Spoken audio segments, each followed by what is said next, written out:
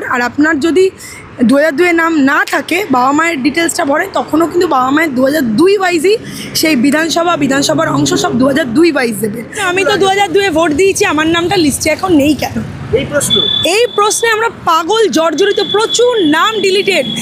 আরও বড় বিষয় যেটা মানুষ বুঝতে পারছে না, আত্মীয়র ফর্ম যেখানে, সেখানে কার নাম হবে, কিভাবে হবে। এবার যদি 2025-এর লিস্ট থেকে আপনাদের নাম বাদ চলে যায়, নতুন করে ফর্ম ফিল আপ করতে হবে, কিচ্ছু করণীয় নেই। ধরুন নাম আছে, এজ আছে, বাবার নাম আছে, পাশে গিয়ে এপিক আইডি নাম্বারটাই নেই, ব্ল্যাঙ্ক। আপনার বাবার নাম বা আত্মীয়ের নাম চাইছে, সেখানে আমরা সবসময় স্পেসিফিক্যালি বাবার নামটাই দিতে বলছি এবং নিচে লিখবেন সম্পর্কর জায়গায় ফাদার লিখবেন। এপিক নাম্বার বদলে গেছে, তাতে ভয় পাওয়ার কিছু নেই। যে এপিক নাম্বার ছিল সেই এপিক নাম্বারটাই ওখানে দেবে। ওপরের ডান হাতে লেখা রয়েছে পার্ট নাম্বার, সেই পার্ট নাম্বারটা বসাতে হবে। অর্থাৎ সবটাই 2002 সালের লিস্ট ওয়াইজ ফিল আপ হবে। জেরক্স করে ফর্মটা ফিল আপ করবেন, জেরক্সে আগে ফিল আপ করে কাউকে দেখিয়ে নেবেন বা বিএলওকে ডেকে, তার ফোন নাম্বার আছে, তাকে দেখিয়ে নিন। কারণ এই যে খেলাটা বিজেপি শুরু করেছে, এটা ডিভোটারের খেলা। ডিভোটার করা মানে আপনি কিন্তু নাগরিকত্ব হারাচ্ছেন। শুভেন্দুবাবু বা বিজেপিরা এক কথায় দেগে দিচ্ছে, যাদের নাম থাকবে না তারা এই বাংলার লোক নয়, বাংলায় জন্মায়নি, বাংলা থেকে তারা চুরি করে ঢুকেছে বা বর্ডার টপকে ঢুকেছে। এসআইআর নিয়ে মূলত সাধারণ মানুষ কী ধরনের সমস্যা বেশি দেখছেন এবং সমাধান কি একটু বিস্তারিত বলুন। দেখুন, সবার আগে যে সমস্যাটা উঠে আসছে, আমরা একরকম 2002-এর লিস্ট আমাদের কাছে ছিল, কিন্তু যেটা আপলোড করেছে কমিশন, সেখানে প্রচুর মানুষের নাম ডিলিটেড, যেটা হওয়ার কথা নয়। এবং মানুষ এর পরে কী করবে, কমিশনার কিছু বলছে না, কোনো তারা ডেটা দিচ্ছে না। এই প্রশ্নগুলো আমরা দিনের পর দিন যারা ছোটো ছোটো ক্যাম্প করে মানুষের ফর্মগুলো ফিল আপ করার চেষ্টা করছি, কারণ আপনারা জানেন সকলে এই ফর্ম ফিল আপে পারদর্শী নয়। এবং আমরা চাইছি যতই বাংলা ফর্ম আসুক, আমি স্পেশালি সাজেস্ট করব ইংলিশে ব্লক লেটারে ফর্মটা ফিল আপ করার চেষ্টা করুন। কাটাকাটি করবেন না, প্রয়োজনে ফর্মটা পাওয়ার পরে আগে একটা জেরক্স করবেন এবং জেরক্স করে সেই জেরক্সটা ফিল আপ করুন। করে নিকটবর্তী বহু জায়গায় আপনাদের মাননীয় মুখ্যমন্ত্রী মমতা বন্দ্যোপাধ্যায়ের নির্দেশে তৃণমূল কংগ্রেসের সৈনিকরা কিন্তু রাস্তায় রয়েছেন এই ক্যাম্পগুলোতে। তৃণমূলের কোনো ক্যাম্পে গিয়ে করবেন? দেখুন, শুভেন্দুর গ্রহণযোগ্যতাটা কিন্তু নেই বাংলায়। মানুষ ওকে এক প্রকার জোকার হিসেবে দেখেছে, ওর রাজনৈতিক অ্যাকসেপ্টেন্স মাইনাসে রান করছে। আর সবচেয়ে বড় কথা হচ্ছে, শুভেন্দুবাবুরা নিজেরা একটা ক্যাম্প খুলে এসআইআর ফর্ম ফিল আপ করাতে পারছে না, কারণ ওদের বুথে বুথে একটা করে কর্মী নেই। সবচেয়ে বড় জিনিস, এবার মানুষকে কিভাবে মোটিভেট করবে? যে গেলে বলছে নাম কেটে দেবে, হুমকি দিচ্ছে। ক্ষমতায় আসেনি এখনই, একবার ভেবে দেখুন। জনগণের কাছে আমাদের আবেদন, যারা ক্ষমতায় নেই তারা বলছে অন্য পার্টি লোকের কাছে গেলে তার নামটাই থাকবে না, আমরা বাছাই করবো। আরে বাছাই করার জন্য আগে বুথে বুথে ক্যাম্প করুন, লোক দিন। আপনারা যে ক্যাম্প করছেন, মানুষের কাছে যাচ্ছেন, সব থেকে বেশি কোন কোন প্রশ্ন আপনার কাছে? আমার কাছে সবচেয়ে বেশি প্রশ্ন, আমি তো 2002-এ ভোট দিয়েছি, আমার নামটা লিস্টে এখন নেই কেন? এই প্রশ্নে আমরা পাগল, জর্জরিত, প্রচুর নাম ডিলিটেড। এবং রোহিঙ্গাদের না, নর্মাল মানুষ তো, তারা ভোট দিয়েছে, তাদের কার্ড রয়েছে, তাদের ভোটার আইডি কার্ড রয়েছে 2002-এ, কিন্তু তাদের নাম লিস্টে নেই। এ তো মারাত্মক একটা বিষয়। আর সবচেয়ে বড় জিনিস আরও যেটা আসছে, ভোটার লিস্টে দেখবেন 2002-এর কথাই বলবো, একটা নাম, ধরুন নাম আছে, এজ আছে, বাবার নাম আছে, পাশে গিয়ে এপিক আইডি নাম্বারটাই নেই, ব্ল্যাঙ্ক। আপনাকে আমি দেখিয়ে দিতে পারি, আমার কাছে হার্ড কপি রয়েছে। এরকম বহু সমস্যার সমাধান নেই নির্বাচন কমিশনের কাছে। আরও বড় বিষয় যেটা মানুষ বুঝতে পারছে না, আত্মীয়র ফর্ম যেখানে, সেখানে কার নাম হবে, কিভাবে হবে। আপনাদের ছোট্ট ছোট্ট কয়েকটা ইনফরমেশন দিই, তাতে হয়তো আপনাদের সুবিধা হতে পারে। ওপরের যে অংশটা রয়েছে, সেই অংশটায় কারেন্ট ভোটার লিস্ট 2025 অনুসারে আপনার যে কার্ডটি রয়েছে তার ডিটেলস হবে। এবং নিচে দুটো পার্ট রয়েছে, একটা জায়গায় লেখা রয়েছে 2002 সালের অনুযায়ী, সেখানে যারা 2002 সালে ভোট দিয়েছেন তাদের ডিটেলসটা ওখানে হবে এবং ওখানে পুরনো নামের স্পেলিং যা আছে তাই হবে। যেটা বলছিলাম আপনাদের, ওপরে যে ফর্মের অংশটা যেখান দিয়ে জন্ম তারিখ দিয়ে শুরু হচ্ছে, সেখানে নতুন যে ভোটার আইডি কার্ডটা আপনার কাছে রয়েছে সেই ভোটার আইডি কার্ড অনুযায়ী জন্ম তারিখ যেটা রয়েছে সেটা বসাবেন এবং ইংলিশে বসাবেন অবশ্যই। তারপরে দেখবেন আপনাদের রয়েছে বাবার নাম, মায়ের নাম, সেখানে বাবার নাম ও মায়ের নাম দেবেন এবং সেই বাবা মায়ের নামের নিচে দেখবেন এপিক কার্ড আইডি দিচ্ছে। আপনার বাবা মা যদি রিসেন্ট কারেন্ট ভোটার হন এবং তারা যদি জীবিত থাকেন তবে গিয়েও তাদের রিসেন্ট আইডি নাম্বারটা ওখানে উল্লেখ করবেন। তার নিচে রয়েছে আপনারা দেখবেন যে স্বামী বা স্ত্রীর নাম্বার, সেখানটা দিতে নাম দেবেন, নামের নিচের কারেন্ট ভোটার আইডি কার্ডের নাম্বারটা দেবেন, ওপরটা সবটাই কারেন্ট। এরপরে রিলেশন জায়গাটা এবার আমি আসছি নিচে। দুটো খোপ রয়েছে, একটায় আত্মীয়ের ফর্ম ফিল আপ দেখাচ্ছে, আরেকটায় দেখাচ্ছে 2002 সালে আপনার নাম ছিল।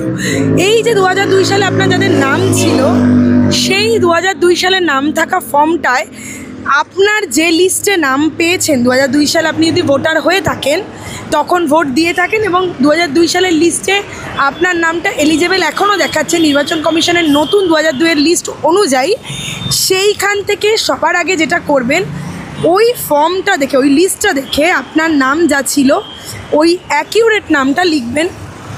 তারপরে লিখবেন পরের লাইনেই দেখবেন আপনার এপিক কার্ডটা চাইছে, পুরনো এপিক কার্ডের নাম্বারটা ওখানে মেনশন করবেন। ঠিক তার পরপর যেটা রয়েছে যে আপনার বাবার নাম বা আত্মীয়ের নাম চাইছে, সেখানে আমরা সবসময় স্পেসিফিক্যালি বাবার নামটাই দিতে বলছি এবং নিচে লিখবেন সম্পর্কর জায়গায় ফাদার লিখবেন। এইভাবে যদি এবং নিচে দেখবেন বিধানসভার কোন অঞ্চলের, তার পরের লাইনে রয়েছে বিধানসভার নম্বর। এই যে নম্বরের জায়গাটা এখানে কিন্তু নাম্বারটা বসাবেন এবং বিধানসভাটা ঠিক আগের লাইনে লিখবেন, যেটা 2002 সালের অনেক বিধানসভা এখন যেগুলো নেই মার্জ হয়েছে বা সেপারেটেড হয়েছে, তখন কিন্তু অন্য বিধানসভা অনেক ক্ষেত্রে ছিল, যেটা আমরা ফর্ম ফিল আপ করতে গিয়ে দেখতে পাচ্ছি। ওপরে দেখবেন অনেক জায়গায় আছে, আজকে হয়তো যারা টালিগঞ্জের মধ্যে পড়ছে তারা কিন্তু তখন ঢাকুরিয়ার মধ্যে ছিল, এমন কিন্তু আমরা অনেক দেখছি। সেটা একটু দেখে ফিল আপ করবেন। আমি আমার টালিগঞ্জ দিয়ে বলতে পারি এখন 152 টালিগঞ্জ হলেও তখন কিন্তু সেটা 150 ছিল। এই রকম নাম্বারের প্রচুর চেঞ্জ এবং মানুষ কিন্তু বুঝতে পারছে না সেটা পুরনো দেবে না নতুন দেবে। অবশ্যই সেটা পুরনোটা থাকবে। এবং ক্রমিক সংখ্যা হচ্ছে আপনার যে সিরিয়াল ওয়াইজ পড়ছে সেই সিরিয়ালের নাম্বারটা, আর অংশটা কি হবে, অংশ নম্বর দেখবেন আপনার যে ভোটার লিস্ট আপনি বের করছেন 2002-এর, ঠিক তার ওপরের ডান হাতে টপ কলমে সামনের দিকে করে যদি পেজটা ধরেন আপনার দিকের করে, ওপরের ডান হাতে লেখা রয়েছে পার্ট নাম্বার, সেই পার্ট নাম্বারটা বসাতে হবে। অর্থাৎ সবটাই 2002 সালের লিস্ট ওয়াইজ ফিল আপ হবে। এটা গেল 2002 অবধি। তারপরে যেটা ডান দিকে কারা ফর্মটা ফিল আপ করবেন, ধরুন যারা 2002 সালে জন্ম নেয়নি বা তার পরের ভোটার, সেখানে তাদের নাম নেই কিন্তু বাবা মায়ের নাম রয়েছে বা দাদু ঠাকুমার নাম রয়েছে, আত্মীয়ের নামে সেখানে বাবা বা মায়ের নাম আপনি দেবেন। প্রথমেই নাম, তার এপিক কার্ড হচ্ছে পুরনোটা, আর তারপরে যেটা দেবেন, পরে দেখবেন বাবার যদি দেন সেক্ষেত্রে বাবার নামটা দেবেন এবং নিচে লিখবেন ফাদার, অর্থাৎ আপনার বাবার সাথে দাদুর কী সম্পর্ক সেখানে ফাদার। আমার জ্ঞানত শর্তে আমার মনে হলো এই জায়গাটুকুনি আপনাদের মেনশন করে দেওয়া উচিত, কারণ সম্পর্ক কী লিখবে অনেকেই প্রশ্ন করছেন, তো সেই জায়গায় ফাদার লিখতে হচ্ছে। এরপরে যেটা আসছে নাম মিলছে না, আবার এপিক নাম্বার, নামের স্পেলিংও চেঞ্জ। 2002-এ যা স্পেলিং ছিল সেই ওয়াইজ দেবেন। অনেকের এপিক নাম্বার বদলে গেছে, তাতে ভয় পাওয়ার কিছু নেই। যে এপিক নাম্বার ছিল সেই এপিক নাম্বারটাই ওখানে দেবেন, পুরোনোটাই বসবে। 2 দেবেন, 25-এর জায়গায় 25 দেবেন। কারেন্টটা তো দেওয়াই আছে, আপনার আলাদা করে ভরতে হচ্ছে না। কিন্তু যেখানে 2002-এর ফর্ম ওয়াইজই দেবেন। আপনি যদি নিজের ফর্ম ফিল আপ করেন ওয়েল অ্যান্ড গুড, আর আপনার যদি 2002-এ নাম না থাকে, বাবা মায়ের ডিটেলসটা ভরেন, তখনও কিন্তু বাবা মায়ের 2002 ওয়াইজই সেই বিধানসভার অংশ সব 2002 ওয়াইজ দেবেন। কারণ আপনার বর্তমান ডিটেলস আপনি খেয়াল করবেন ওপরে সব দেওয়া আছে। অনেকের 2002-এও নাম নেই, 25-এও আসেনি, কিন্তু ভারতীয় নাগরিক তারা। আমরা যতদূর জানি যে এরপরে 4 তারিখের পর ডিসেম্বর মাসে যারা 18-র ভোটার 18 বছর বয়স হয়েছে সবে, তারা নতুন করে নাম তুলবে, তাদের সাথে অ্যাপ্লাই করা যাবে। যদি বা এটা কনফার্মড আমি কিছু জানি না, আমরা জানি না, কারণ নির্বাচন কমিশন যেভাবে আমাদের চালনা করবে আমাদের সেভাবে চলতে হবে। তবে আমরা সবসময় মানুষের সাহায্যের জন্য রাস্তায় রয়েছি। ছবির ব্যাপারটা কি আছে? ছবি রয়েছে 2 কপি ছবি, এবং আপনারা অবশ্যই 2টো ফর্মই ফিল আপ করবেন এবং অ্যাসিওর করবেন বিএলওরা যাতে আপনার রিসিভ কপিতে স্ট্যাম্প সইটা করে আপনার কাছে দিয়ে যায়। ওটাই কিন্তু একমাত্র প্রমাণ আপনি ফর্ম ফিল আপ করেছেন। কারণ এই যে খেলাটা বিজেপি শুরু করেছে, এটা ডিভোটারের খেলা। ডিভোটার করা মানে আপনি কিন্তু নাগরিকত্ব হারাচ্ছেন। সেক্ষেত্রে আধার কোথায় কোথায় যুক্ত আছে আপনারা আশা করি জানেন, ব্যাংক থেকে সর্বক্ষেত্রে। অর্থাৎ যদি আপনি ডিভোটার হন, হতেই পারে আপনি আর ব্যাংকটা ইউজ করতে পারলেন না, আপনার টাকা পয়সা আপনি আর তুলতে পারলেন না, হতে পারে। আমরা কোনোটাই কনফার্ম নই, কারণ বিন্তুগ্লক সরকারের মধ্যে আমরা রয়েছি, এই বিজেপি সরকার, যার যখন ইচ্ছা সে তখন তাই চাপিয়ে দিচ্ছে ভারতীয় জনগণের হাতে বা মাথায়। নোটবন্দি দেখেছি, এখন ভোটবন্দি দেখছি। ভবিষ্যতে বোধহয় ঘর থেকে বাইরে বেরোনোটাও বন্ধ হয়ে যাবে আমাদের, সেটারই এখন দিন গোনা। অনেকের ওই ফর্ম ফিল আপ ভুল করেছে কিন্তু জেরক্স করে রাখিনি, তারা কি করবে? না, নির্বাচন কমিশন রিসেন্ট বলেছে হোয়াইটনার দিয়ে ওখানে লেখা যাবে, কিন্তু আপনারা অবশ্যই জেরক্স করে ফর্মটা ফিল আপ করবেন। জেরক্সে আগে ফিল আপ করে কাউকে দেখিয়ে নেবেন, বা বিএলওকে ডেকে, তার ফোন নাম্বার আছে, তাকে দেখিয়ে নিন। দেখিয়ে নিয়ে মানে আপনার যে অরিজিনাল ফর্ম সেটা ফিল আপ করুন। বিবাহিত মহিলারা গার্জেনের জায়গায় কি করবে? দেখুন, বিবাহিত মহিলারা পিতার নাম বা স্বামীর নাম যদি থাকে লিস্টে 2002-এ, যার নাম থাকবে সেটা দিতে পারে। কিন্তু আমরা 2002-এর আগে তারা মারা যায় বা না থাকে বাবা মা, সেক্ষেত্রে বাবা মা না থাকলে হাজব্যান্ডের নাম নিশ্চয়ই রয়েছে 2002-তে, তো সেই হাজব্যান্ডের নামের ডিটেলিংটাই দেবে। কারণ লিঙ্কের ব্যাপার আমরা এতক্ষণও পর্যন্ত এটা জানি, আমরা এই ওয়াইজই করছি, কারণ নির্বাচন কমিশন এরকমই দিয়েছে। এরপরে আগামী দিনে নির্বাচন কমিশন কি বলে সেটা দেখে। অনেক পরিবারে 10-12 জন সদস্য, 8 জনের এসছে, 4 জনের এখনো আসেনি। কারণ হচ্ছে অনেক প্রিন্ট করতে দেরি করছে নির্বাচন কমিশন, এবং আপনাদের সিরিয়াল হয়তো পিছন দিকে আছে, সামনের দিকেরগুলো পেয়ে গেছে। এবার যদি 2025-এর লিস্ট থেকে আপনাদের নাম বাদ চলে যায়, নতুন করে ফর্ম ফিল আপ করতে হবে, কিচ্ছু করণীয় নেই। যারা বিপদে পড়ছে বা তাদের কোনো প্রশ্ন আছে, আমাদের ভিডিও দেখে বা বিভিন্নভাবে হয়তো তারা তথ্য পাচ্ছে না, তারা বিএলএ এবং বিএলও এই দুজনের থেকে কি ধরনের সহযোগিতা পেতে? দেখুন, আপনারা প্রশ্নটা বিএলওকে করবেন, কারণ বিএলএ আপনাদের সহায়তা করছে। বিশেষত বিএলও যিনি অফিসার সরকারিভাবে এসছেন, উনি আপনাদের উত্তর দিতে কিন্তু বাধ্য আপনাদের প্রত্যেকটা প্রশ্নে। তারা জানি না বললে হবে না, তাদের প্রশ্নটা করুন, তারাই আপনাদের ক্লিয়ার করে দেবে আরও বেশি করে। আর সবচেয়ে বড় বিষয় হচ্ছে বিএলওদের ট্রেনিং হয়েছে, তারা নির্বাচন কমিশনের লোক, তারাই সবচেয়ে সঠিক তথ্যটা দেবে, এবং তাদের দেওয়া তথ্য অনুযায়ী আপনারা ফর্মটা ফিল আপ করবেন। এবং কখনোই ভয় পেয়ে হিংসাত্মক হয়ে উঠবেন না বা নিজের ক্ষতি করবেন না। আপনারা জানবেন, এই বাংলার বাসিন্দা যখন আপনি, আপনার দায়িত্ব নিয়েছেন মাননীয় মুখ্যমন্ত্রী মমতা বন্দ্যোপাধ্যায়, তাই যথাসম্ভব আমরা এক হয়ে লড়াই চালাবো, এই বাংলার যাতে একটিও ন্যায্য ভোটার বাদ না যায় তার দিকে। এসআইআরটা না অনেকেই বলছে নাকি এটা এনআরসি করে নিচ্ছে, এটা কেন বলা? হ্যাঁ, কারণ হচ্ছে দেখুন, মানে শুভেন্দুবাবু বা বিজেপিরা এক কথায় দেগে দিচ্ছে যাদের নাম থাকবে না তারা এই বাংলার লোক নয়, বাংলায় জন্মায়নি, বাংলা থেকে তারা চুরি করে ঢুকেছে বা বর্ডার টপকে ঢুকেছে, তাদের সব কিছুই মিথ্যা। মানুষ খুব সরল সাদা, তাদের যা বোঝাবেন তারা তাই বুঝবে। আগে তারা ভয় পেতে ভালোবাসে, মানুষ জাতিটাই ভয় পেতে ভালোবাসে, সেই ভয়টা আগে ঢুকে গেছে মানুষের মনে, তারা ঢুকিয়ে দিতে পেরেছে, এটা তাদের সাকসেস। এবং এই ভয়ের কারণে যেখানে বিজেপি দেখছে সেখানেই মানুষ গালমন্দ করছে, জুতোর মালা পরিয়ে বিজেপির বিএলএকে ঘুরিয়েছে, আপনারা দেখেছেন তো।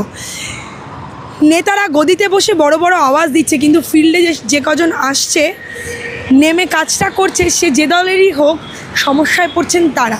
তাই বিজেপি দলটা এমন নিজের কর্মীদের সুরক্ষা দিতে ব্যর্থ, এমন জনবিরোধী নীতি তারা নিয়ে আসছে। তাই আগামী দিনে ভেবে দেখুন, যারা আপনার নাগরিকত্বের অধিকারটা কেড়ে নিচ্ছে, ঘুরপথে এনআরসি করছে, বাবা জন্মেছিল কিনা, মা জন্মেছিল কিনা, নোটিশ পিরিয়ড ধরানোর চেষ্টা করছে। নোটিশ কিসে? এনআরসি হলেই না নোটিশ দিতে পারে যে আপনি এখানে লোক কিনা প্রমাণ করে দেখান। এই প্রমাণ চাওয়ার অধিকার কে দিয়েছে? যে বিহারে 67 লক্ষ লোক বাদ গেছে, কি 47 লক্ষ লোক, 67 লক্ষ লোকের নাম বাদ গেছে। কজন রোহিঙ্গা ধরা পড়েছে? চারজন না তিনজন এইসব রোহিঙ্গারা তালা মেরে নাকি চলে যাচ্ছে বাড়িতে। সেখানে তো মানুষের তালাটা খেয়েছে, লোকে অফিস যাবে না, এখন তো অফিস যেতে আমি ভয় পাচ্ছি, বিশ্বাস করুন। বাড়িতে তালা দিয়ে অফিস যাচ্ছি, ভাবছি কখন এসে কোন মিডিয়া চ্যানেল, গদি মিডিয়া বেসিক্যালি, এসে বলে দেবে কি আর বাংলা, কি সব বাংলা ফাংলা আছে, হ্যাঁ কিছু গদি ইউটিউবার দেখলাম, তারা এসে নাকি বলছে যে দেখুন রোহিঙ্গা বাড়ি থেকে পালিয়ে গেছে। পালাচ্ছে কোথা দিয়ে? বর্ডার দিয়ে। কেন? স্বরাষ্ট্রমন্ত্রী দপ্তর বিএসএফ কি হাত পা বেঁধে পালিয়ে যাচ্ছে? তাদের সশস্ত্র বাহিনী নেই, তাদের অ্যাকশন নেওয়ার ক্ষমতা নেই, কেন নিচ্ছে না? যদি সেটাই হয় এত সহজ, তাহলে বিহারে মাত্র 3 জন রোহিঙ্গা কেন? আর কোথা থেকেই বা তারা এলো? এই 3 জনই বা ভারতে ঢুকলো কার বদান্যতায়? স্বরাষ্ট্রমন্ত্রী জবাব দাও। 2002 সালে নাম আছে কিন্তু 25-এ ফর্ম আসছে না, বা 25-এ নাম নেই, তারা কি করবে? নতুন করে অ্যাপ্লাই করতে হবে। এখন উপায় একটাই, এবার যদি মানবাধিকার অ্যাপ্লাই করার পদ্ধতি যদি জানা থাকে। না, ওই তো জানাবে তো 4 তারিখের পরে, 4 ডিসেম্বর অবধি এই এসআইআর এর প্রক্রিয়া চলবে, তারপরে বিবৃতি দেবে নির্বাচন কমিশন। রাজ্য সরকার দিন বাড়ানোর জন্য সুপ্রিম কোর্টে গেছে, বা কি বিষয়? এবার দেখা যাক। আসলে বিষয়টা কি, এসআইআর এর কারোরই অমত নেই, এর আগেও হয়েছে এসআইআর, কিন্তু খুব সহজ পদ্ধতিতে মানুষ এত হয়রানিই হয়নি। বাড়ি থেকে রেশন কার্ড চাইতো বা অন্য একটা ডকুমেন্ট চাইতো, বাড়ির মা বোনেরা দেখিয়ে দিত, হয়ে যেত। কিন্তু এখন আর তো মোদি সরকার তো সবেতেই আড়াই প্যাচের ঝামেলা রাখতে ভালোবাসেন। ওনাদের মানুষ ভোট দেয় না, 2.5 মাসের মধ্যে লোকের, 2 মাসের মধ্যে বেসিক্যালি লোকের কি করে এত মানুষ, 10.5 কোটি বা 8.5 কোটি ভোটার, তাদের কি করে এসআইআর কমপ্লিট করবে কমিশন এবং সম্পূর্ণ খসড়া প্রকাশ করবে লিস্টের, এটাই ভাবার বিষয়। আমরা অবাক এবং আমরা ভীষণ চিন্তিত যে কত মানুষকে অন্যায্যভাবে বাদ দেবে, এবং এর একটি ন্যায্য ভোটারও যদি বাদ যায়, সমগ্র স্ফুলিঙ্গটা দাবানলের আকার নেবে, এবং সেটা গণতান্ত্রিক প্রক্রিয়ায়, এবং দিল্লির বুকে দেখবে বাঙালি কি করতে পারে আর বাঙালি কি করছে। দিল্লি থেকেই যাত্রা শুরু হবে, ঘেরাও, অবরোধ, কর্মসূচি, যা বাংলা কয়েকদিন আগে জনসমুদ্র, মহাসমুদ্র হয়ে গেছিল। শুনুন, 2 দিনের ব্যবধানে একটি মিছিল, আপনাদের মনে হলো এটা রাজনৈতিক মিছিল? মানুষ অফিস কাছারি ছেড়ে নেমে পড়েছে শুধুমাত্র এসআইআরের যেই হঠকারী সিদ্ধান্ত, অল্প দিনের মধ্যে মানুষের ঘাড়ে চাপিয়ে দেওয়া এসআইআর, তার বিরুদ্ধে প্রতিবাদ করতে, মুখ্যমন্ত্রী মমতা বন্দ্যোপাধ্যায়ের হাতকে শক্ত করতে বাংলার ছাত্র যুব থেকে সাধারণ জনগণ রাস্তায় ছিল। সেই দিন বুক কেঁপেছে শুভেন্দুদের, বুক কেঁপেছে বিজেপির, এবং তার প্রতিফলন 2026-এর ভোটে একদম শূন্যতে এনে দাঁড় করাবে এই বিজেপিকে। আজ চ্যালেঞ্জ দিয়ে বলে গেলাম।